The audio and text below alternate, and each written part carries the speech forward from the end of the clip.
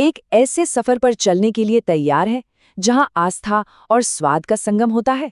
चलिए, आज चलते हैं भारत की पवित्र शहर उज्जैन की गलियों में, जहां हर पकवान के पीछे एक कहानी छुपी है। ये शहर सिर्फ मंदिरों के लिए ही नहीं, अपने जबरदस्त शाकाहारी खाने के लिए भी जाना जाता है।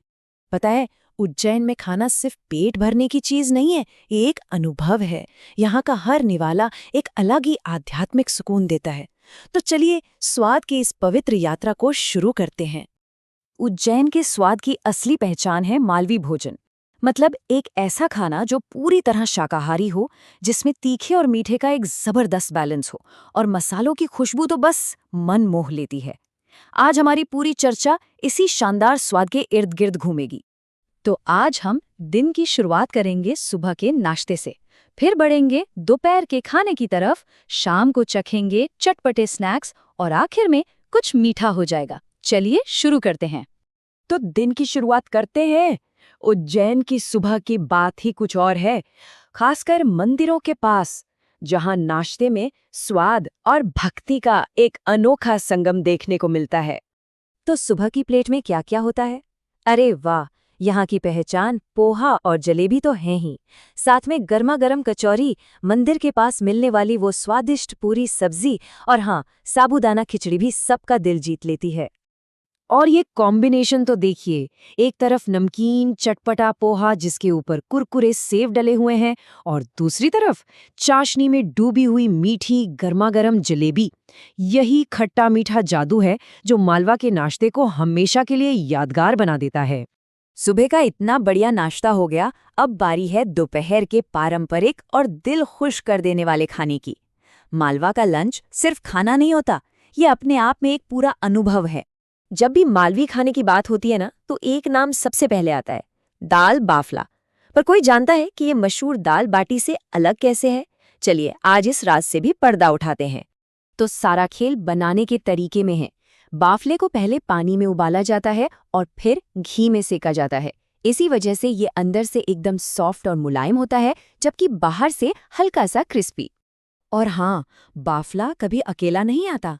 इसे परोसा जाता है मसालेदार दाल, ढेर सारे घी, चटपटी चटनी और मीठे चूरमा के साथ। मतलब ये एक पूरी शाही दावत है। तो आप सब समझ गए होंगे, है ना? बाफला उबालने की वजह से नरम होता है, जबकि राजस्थानी बाटी को सीधे सेकने की वजह से वो ज्यादा कुरकुरी और सख्त होती है। दोनों का अपना अपना मजा है। अगर दाल बाफला थोड़ा हेवी लग रहा हो, तो एक और जबरदस्त ऑप्शन है, सेव टमाटर की सब्जी। टमाटर की वो खट्टी मीठी ग्रेवी और ऊपर से कुरकुरे सेव, आहा! ये कैसा स्वाद है जो मुंह में रह जाता है। शाम होते ही उज्जैन की गलियां एक अलग ही रंग में ढल जाती हैं।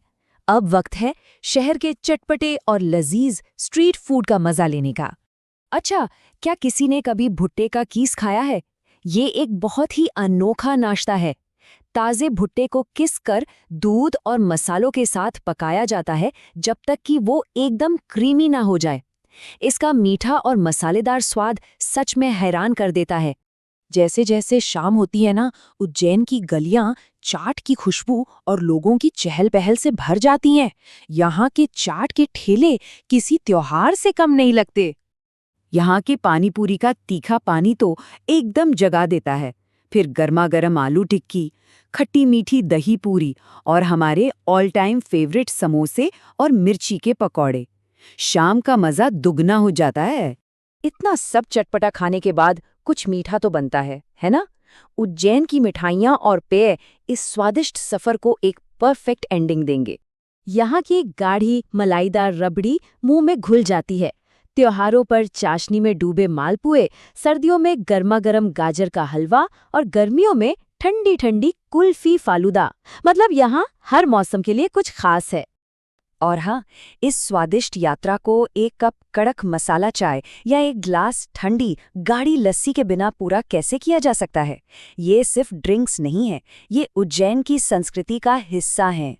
तो अगर किसी का उज्जैन जाने का मन बन रहा है, तो ये जानना बहुत जरूरी है कि कौन सी चीज़ कहाँ सबसे अच्छी मिलती है। चलिए जरा एक नज़र डालते हैं। ये स्लाइड एक तरह से आपकी फूड गाइड है।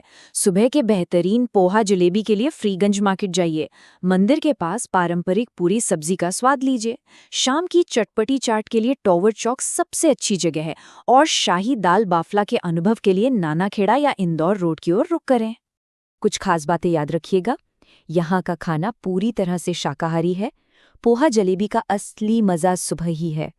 शाम को शहर की रौनक देखनी हो तो फ्रीगंज और टावर चौक जरूर जाएं। और हाँ, अगर कोई सर्दियों में वहां है तो गाजर का हलवा खाना बिल्कुल न भूलें। सच में उज्जैन की यात्रा सिर्फ एक धार्मिक यात्रा नहीं है, ये स्वाद की भी एक तीर्थ यात्रा है, जहां हर निवाले में सदियों की परंपरा और ढेर सारा प्यार घुला होता है। तो सवाल ये है कि इस स्वादिष्ट यात्रा की शुरुआत कहाँ से की जाएगी? तीखे पोहे से, मीठी जलेबी से, या फिर शाही दाल बाफला से? आपकी पसंद क्या होगी?